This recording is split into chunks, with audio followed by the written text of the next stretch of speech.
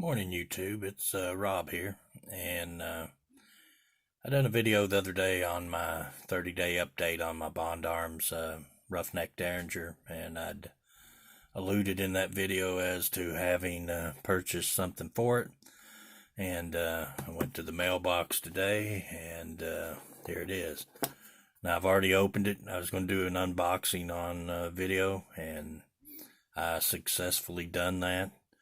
But toward the end of the video, I messed up, and so here we are starting all over again. So you kind of get a not a real unboxing because I've already opened it. But here's what I got. So here's my Bond Arms 357 Magnum. Been carrying this every day since I got it. It's a nice little gun. The recoil on it's not bad for 357 Magnum, but it's not something you'd want to go out and shoot all day long. So what I have in the box here is a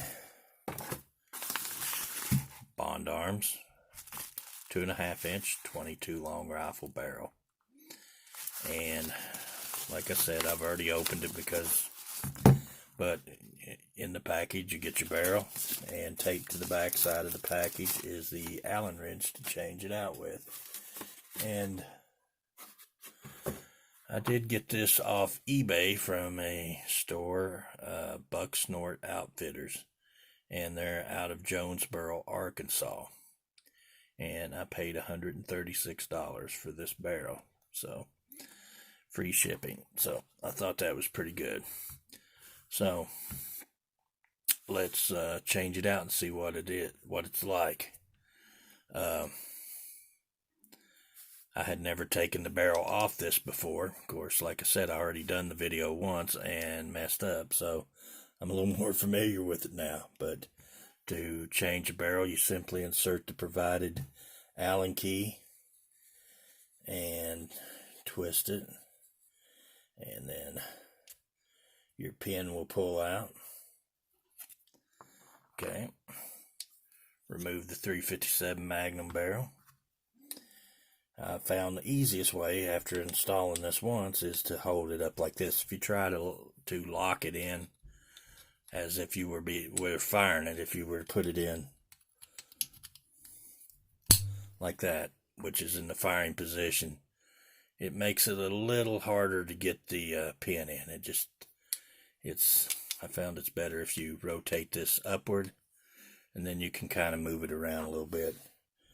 But insert your pin, get it lined up where you can push it through. People do this stuff on film every day. It makes it look so easy, but okay. So it's in there to where it's catching the threads.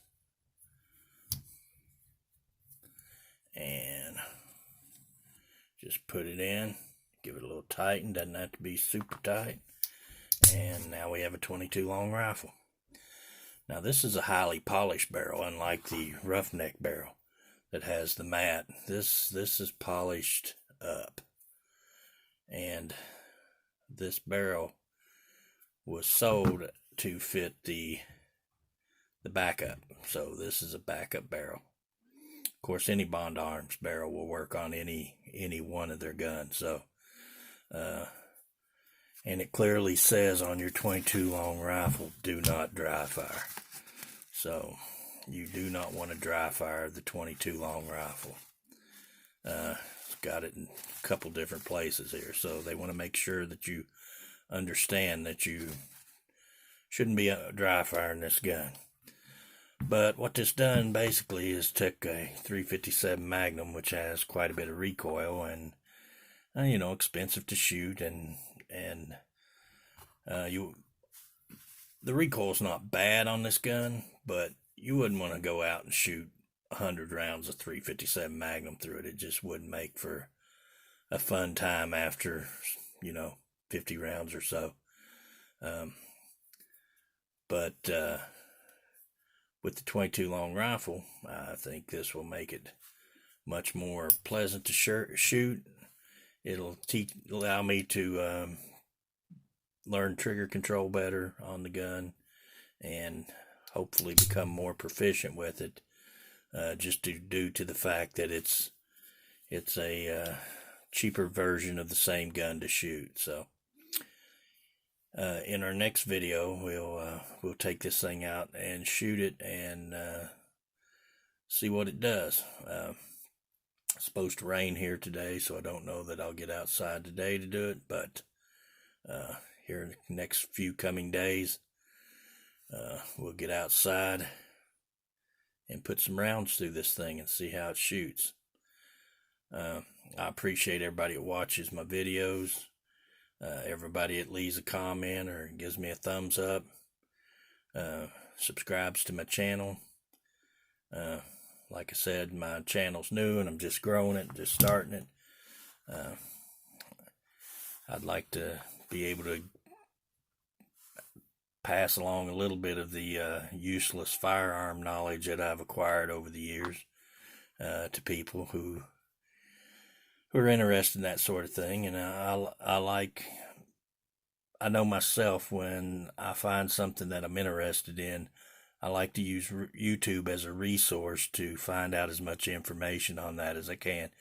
I try to use it as a tool to allow me to make informed purchases, and I don't go by what everything is that's said on YouTube, because there's so many people on there who are paid to promote things that you're not getting a real honest review of that product.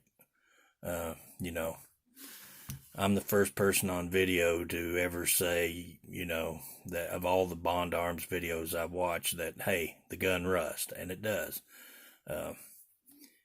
I've noticed, and it's just real light, and I don't know if it's because of the matte finish and it's just more porous for perspiration to get in there. Maybe on the highly polished guns where you have a smoother surface that it would be less, but I do get a little bit of corrosion on it, and I have to kind of keep after it. I mean, you can, and some of that might be due to my little holster that I made. When I bought this leather, I just bought it at a local flea market, and there's a possibility that this is chromium leather, which is tanned in chromium salts, which is itself highly corrosive to firearms. So I'm going to get some vegetable tanned leather, and redo this holster and make one out of veg tan, so that and that could be part of what's causing my corrosion, between the perspiration and the chromium in the leather. I don't know that this is chromium, because it was just sold at a unmanned booth at the flea market, one of those where people set up a booth and they have one checkout up front, and yeah. But I suspect that maybe this leather contains some chromium, which is probably at least a part of the problem in this little gun, getting some light corrosion on it. So, but like I said, I appreciate everybody watching my videos. I'm trying to put out good, useful information on things that I own and have some experience with, so that if you're looking for that sort of information, it's available to you. And I appreciate each and every one of you, and keep watching my videos, and share them if it's something that's of interest to you, and give me a thumbs up, and I appreciate everybody. So like I said, next video we will go out and shoot this gun, and I'll actually got some paper targets that we're gonna put up, and we'll be able to see a little bit more how it patterns. I usually shoot at a steel gong, but that doesn't give you a real good indication of how accuracy is. We may try to do a little better accuracy testing on the firearm, and get a little better feel for how it shoots. But that's an upcoming video. If it doesn't rain here today, I'll try to get around to doing that. But thank you for watching. I appreciate y'all. Everybody have a great day, and God bless.